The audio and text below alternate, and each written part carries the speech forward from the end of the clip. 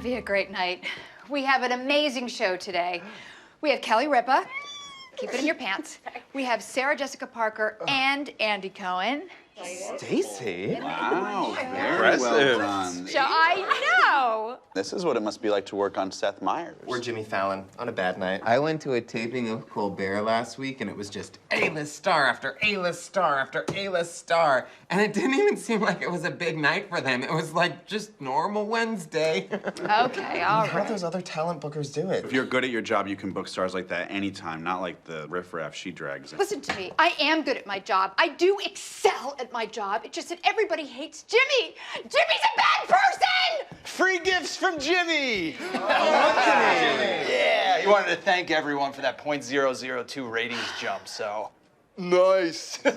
Here you go. Oh. Yeah, Randy. Thanks, Todd. Penny. Thank you so much, Todd. Here you go. Greedy. All right. And Marcus. Wait a second. This is a Tag Heuer. That's a really expensive watch. Yeah, but Jimmy's the face of the brand, so obviously he gets a discount. He is? Yeah, just in Burma. You mean Myanmar? Yeah, what? Did everyone get their watches? Yeah. Yeah. No one doubled up? No? Something wrong, man? I didn't get one. It's probably upstairs, Todd. I'm sure it's upstairs. Yeah. Well, Jimmy said he put them all in the bag. Oh, I'm sure he left yours upstairs. Yeah? Yeah, you got one. Me. Todd's got one. Todd, I'm Todd. Who's a good boy? Who's a good Todd. boy? Me. Who's a good boy? Me. Yeah, go get it! Go get it! Me!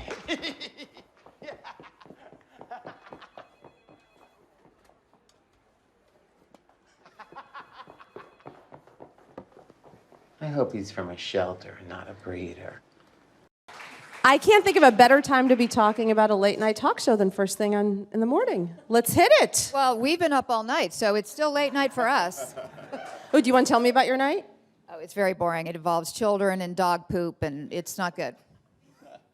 So this show is super, super, super funny. The first two episodes deal with something very familiar, I think, to most parents, lice. Yes, yes. Our whole everybody in the office gets lice. We think from Karl. He plays Marcus's. Marcus is gay but married and has kids and lives in Park Slope. Marcus is a pansexual. I'm sorry, he's a pansexual. Of course. Well, if you live in Park Slope, you don't genderize. So clearly, that's... We don't know what your pronouns are, but so his child gets lice, and we all get it. And so to try to combat it, we have the lice fairy come, and she puts all her hair in cornrows. And you know, can imagine the brouhaha with that the ensues. ointment, and then Whoopi Goldberg is a guest, and of course thinks we're racist. And the whole episode is we are trying to decide which is worse, to be a talk show that has lice or a talk show that is racist. And we realize celebrities would hate lice more, so we just say, yeah, we're racist. Be that as it may, I do want to start with a very, very serious question, and this is directed at Ali. Yes, Who they're is a real. better kisser, Sarah Jessica Parker or your husband? Sarah Jessica Parker has soft, angelic lips. George is Greek, so there's a bristle, and it's just a different experience altogether. I mean, by the way, I'm still talking to a therapist about it because I'm very conflicted, because I assume after kissing Sarah Jessica that we're together on some level. She doesn't know that, but we're a couple. Clearly. Yeah. I mean, clearly you guys had By the way, flew. I haven't kissed anybody in my 15 years of marriage. And she does movies with handsome men and TV shows where she makes out with people. So for her to kiss me, it's just a day at work. And what was it like for you? It was a deep, cathartic, introspective. It was, there's been a lot of night sweats. I don't know who I am. I don't know if I made the right life choices. I don't know what my pronouns are. They. You should move to Park Slope. Maybe I should. That may confuse me even more. Let's all go down the line. I want each of you to tell me about your character. But please be funny. Waka, No waka. pressure, no pressure. I play Phil, who's a security guard. Spoiler alert, not very good at it. But you do have some of the best lines, I have to say. Well, thank you. You know, it's an improvised show. Well done. Scripted. It's scripted.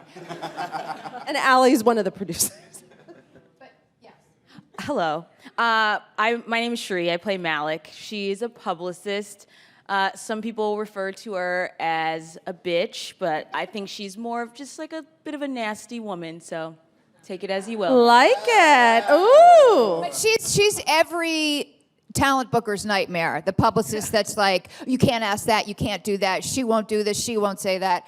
And also, sidebar, Cherie has been our family's babysitter for 5 years, and now she's a TV star, and my children are at home eating dried Cheerios alone. How does that feel? Not my problem. Not my problem. Do you stay awake at night feeling guilty about this? I do not. Okay. That is a great answer for a publicist. And also, let's add that you trawl the show for clients. Oh, of course I do. That's what I do in the racism episode, Lycism. I'm just there to get Whoopi to be my client. I have nothing to do with it. I don't have the cornrows. I don't get lice. Black people do not get lice, for the record. Thanks for the takeaway, Cherie. For the record. You're welcome. I didn't know that. My name's Jacob. I play Randy, the sound guy, who's quite Randy himself. He's very frisky with the mic packs, and that's about it. By the way, anybody that's ever been mic'd, there's always the pervy sound guy, you know, that even though I'm Comes wearing up the this, back, right? they're like, we're gonna put a mic pack right here. That's the So- sweet spot. Yeah, so I've experienced it. Well, yeah, you get better feedback. You get no feedback. You get a Yes. reception if it's closer to Yes. the. Or they want to put it in the back of your bra, and then there's all kinds of disrobing. So he's that guy. It's a complicated art. If men wore bras, though, they'd probably put them in the same spot, though, right? Or not? If men No. wore No? bras, Carl wears a bra. Carl, No, I still put mine right here. You get better reception there. I'm Don Fanelli. I play Jimmy's best friend, Todd. He's a dum-dum. He really just wants to be part of the group. He's kind of a sad dude, but he's like super positive, and he thinks he's like part of things, and I don't think anybody really likes him that much. I do. Yeah. Oh, yeah, you do. Yeah. I do but not. he's the late night host. Always has a best friend he grew Yeah. up with who's always there, and you don't really know What he does. his job is. No but idea. But he is the best friend of the host, so Yeah. you can't really go across him. So Dawn plays that.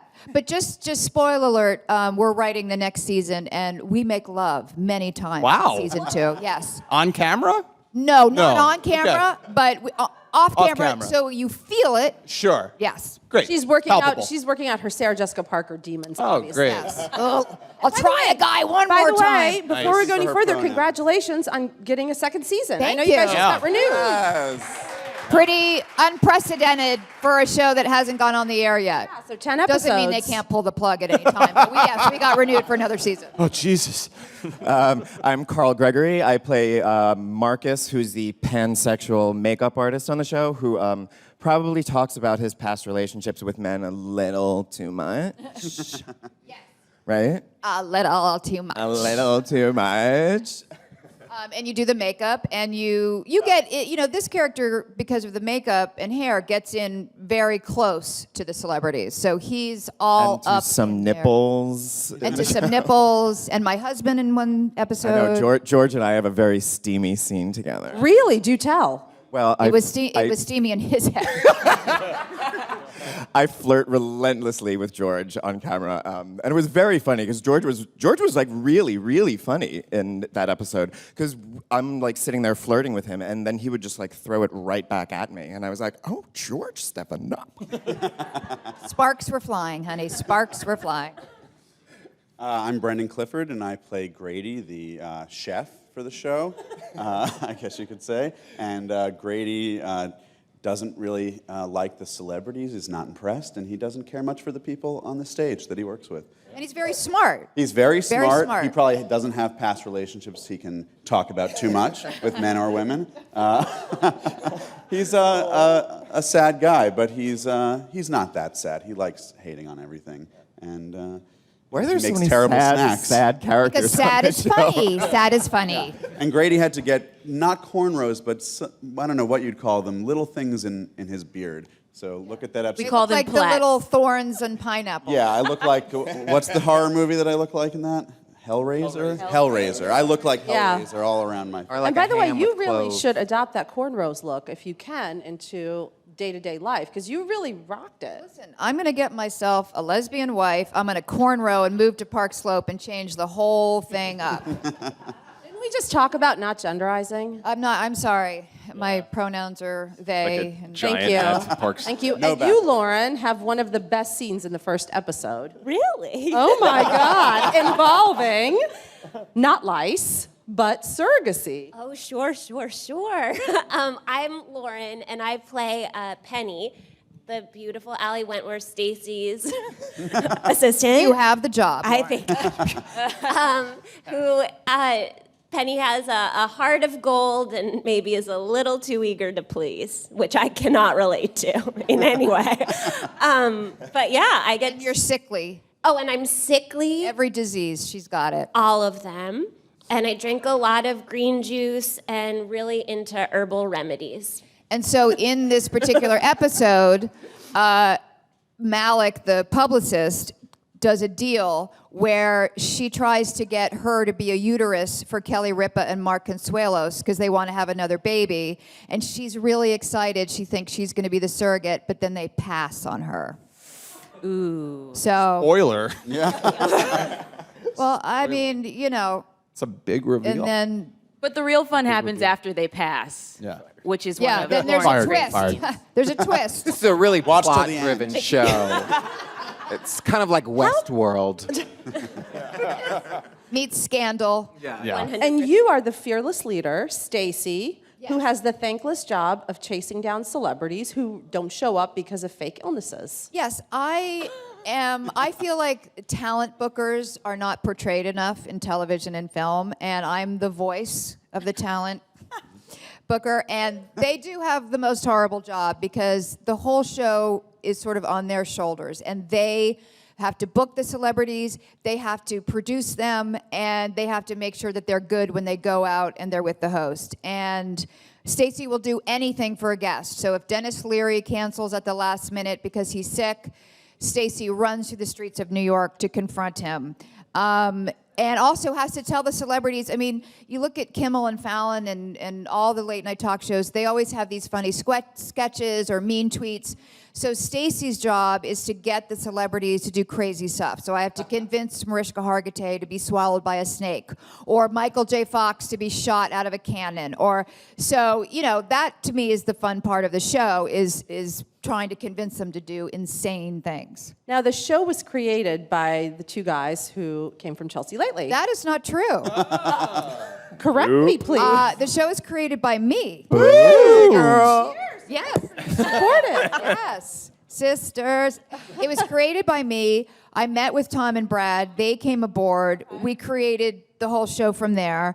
They're the executive producers with me. They're most talented guys. They worked on Chelsea lately, so they have a million stories.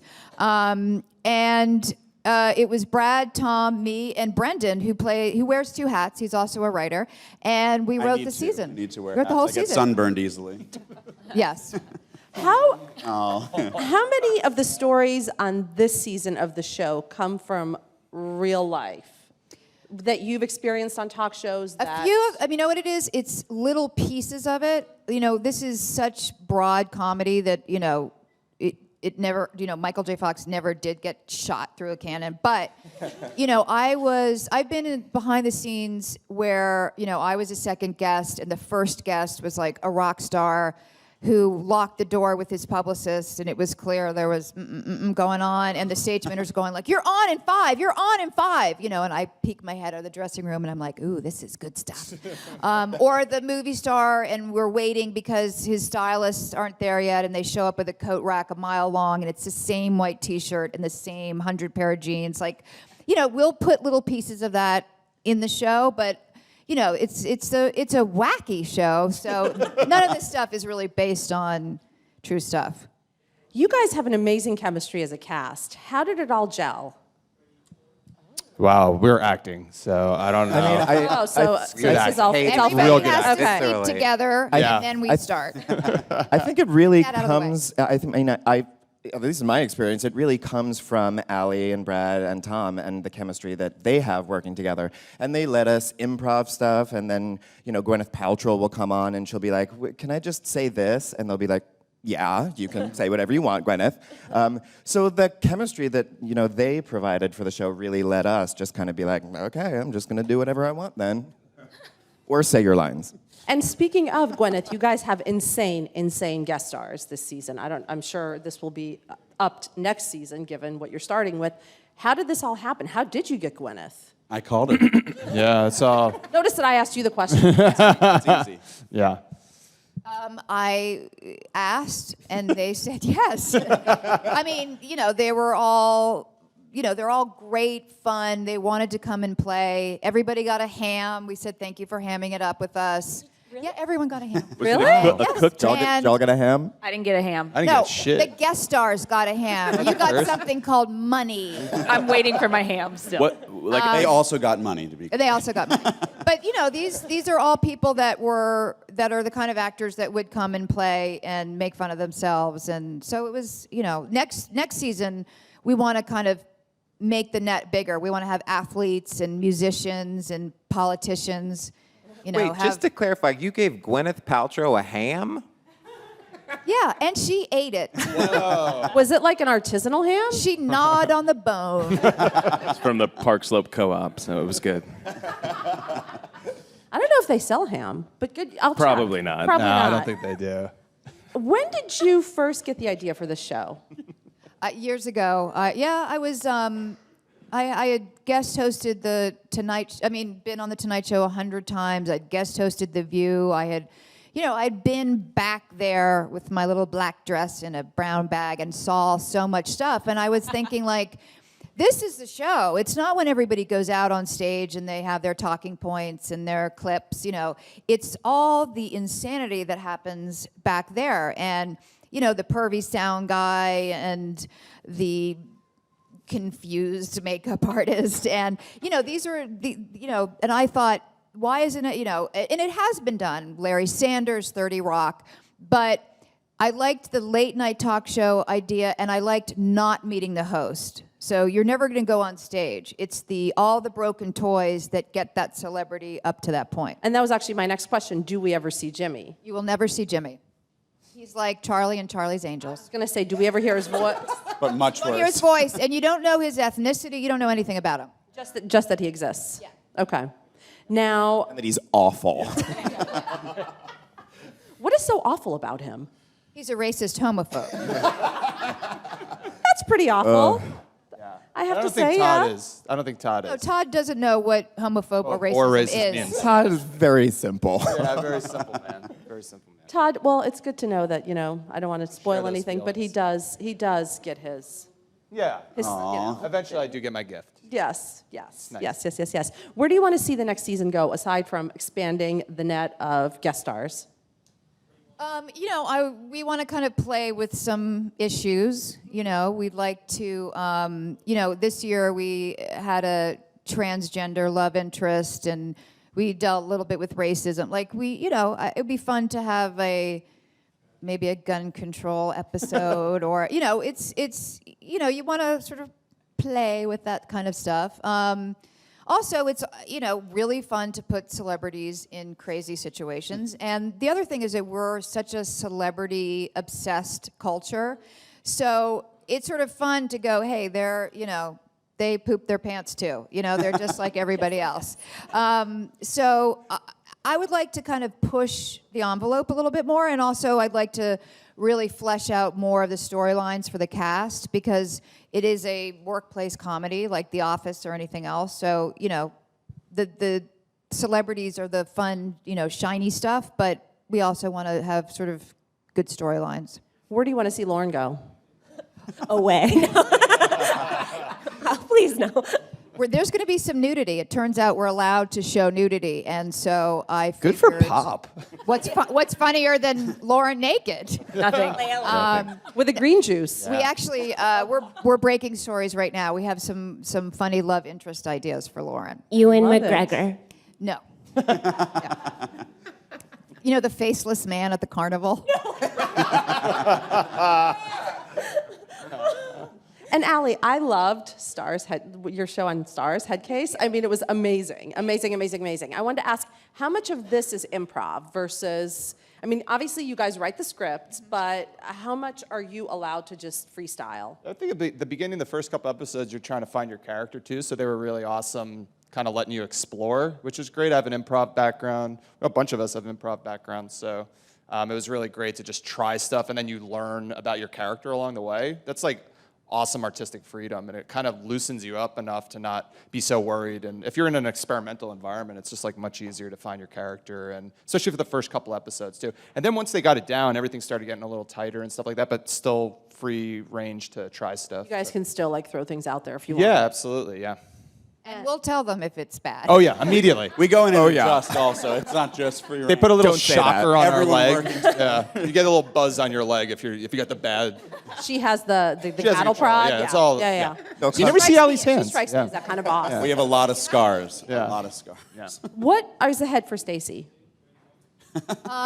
You know, I think we're going to explore Staci's love life or lack thereof. So, I mean, unfortunately, nothing good is ahead for Staci. I know. But she does need to, you know, maybe get a plant or go on a date. But she's the kind of person that would think she should start dating and go on Grindr and not understand why she's not getting any hits. So, but we're figuring that out now. But I can't cast a love interest, unfortunately, because no one would believe it if I were with anybody handsome. Yes, it's true. It's true. So we'll see. Maybe Wallace Shawn and I will have a. That would be amazing. Nothing would make me happier. Wallace Shawn, come on Nightcap. I think Tom Hardy would make an amazing love interest for Staci. Anybody at this point would make an amazing Staci. I'll take it. Okay. And by the way, I know a lot of talent bookers for various shows, and I think your portrayal is, for real, the most honest one of the people I know. Of all the portrayals. Most neurotic Well, because job it's to like have. it's like Think these about what people, you're they don't doing. have families, they don't have lives, they're on their phones 24/7. It's true. She said it. Do not quote me. She said it. I meant for for morning and late Yeah, night no, shows. they're just pathetic people. They have families, they just don't see them. Yeah. But So- I mean, it's true what I said, that really the show is on their shoulders. Like, they have to book the talent. The show exists on the talent they book. They have to convince the talent to do crazy stuff. And it's a thankless job, a completely thankless job. You could do that job for 20 years and you don't have any stock. You don't, you get a muffin basket and they say, like, great job. So. And it's Jimmy that comes out and gets the credit. Yes. And by the way, the talent booker is the one that sweeps the green room when everybody leaves. Like dinner is whatever snacks she can find, and she takes toilet paper from the dressing rooms, because she can't shop. She doesn't have time. This is amazing. I love you, Ali. I love all you guys. Thank you. Audience Love you. questions, please. Hey guys, you guys seem to all get along pretty well. Did any of you know each other before the show? And is there any arguing or fighting during filming? I knew Jeff before we were at the Upright Citizens Brigade together. I was Jacob's teacher. Yeah. Everything I learned from Don. Nope, no. Yeah, and then not really. I kind of met everyone after. But yeah, we knew each other from the theater, yeah. Carl and I went to grad school together at Brown, so we've known each other for like 10 years. So Wow. we're And BFFs. I saw Jeff on Broadway in Bloody Bloody Andrew Jackson. Finally, someone mentioned it. When I heard he was in the cast, I was like, oh my God. And I served Ali tea once in. Jacob was Mariska Hargitay's chef. She's very mad at me. Right. Not that mad. He's not that good a chef, but I did take him away. She did. That's why you don't play the chef. We all try to fight a lot regardless, though. Yeah. No, we all get along together Yeah, no, really well. We have a great time. It's brotherly love and sisterly love. Thank you. Yeah. You're welcome. Platonic. Do you want me to go through who I like and don't like? Okay. Yes. Oh my God. He believed you. You know what? Do a swipe left, swipe right. I love the ball. They're like my own children. We Yes. we kind of had to all love each other because we shot in a very tight and small environment. It was. Can I say where we shot? No. No. But it was like shooting on a submarine, basically. Yes. Very little ventilation. And like Allie's children, we all got dried Cheerios too. That's right. Yep. That was craft services. Next question. Hey guys, you guys are really funny. So I was wondering, offset, did you guys do anything hilarious? Yes, every day. Everything. Yeah. I don't hang with the cast, so I can't answer. We got white wine some nights. You That's allowed them hilarious. to have. You allowed them so to have white funny. wine. They're much better drunk. I can see that. We hung out with Joel Schumacher. He's funny. Yeah. That It was on set. Yeah, he was the funniest. As cast you can member. see, they're amazing improv actors. We one time shit, I don't know. I don't know. Jeff was on Broadway. Thank you. He was in Bleeding Andrew Hamilton. It was great. Yeah, we were all in Hamilton. Yeah, so we're that's all in always Hamilton. funny. Yeah. Great. Do we have another question? Dear God in heaven. We're going to take our final question from an online viewer. So Daniel would like to know, how much say do your celebrity guests have with their scenes and lines? It depends on the celebrity guest. Some have a lot of say, and some we go, oh, okay, yeah, no, we'll try that.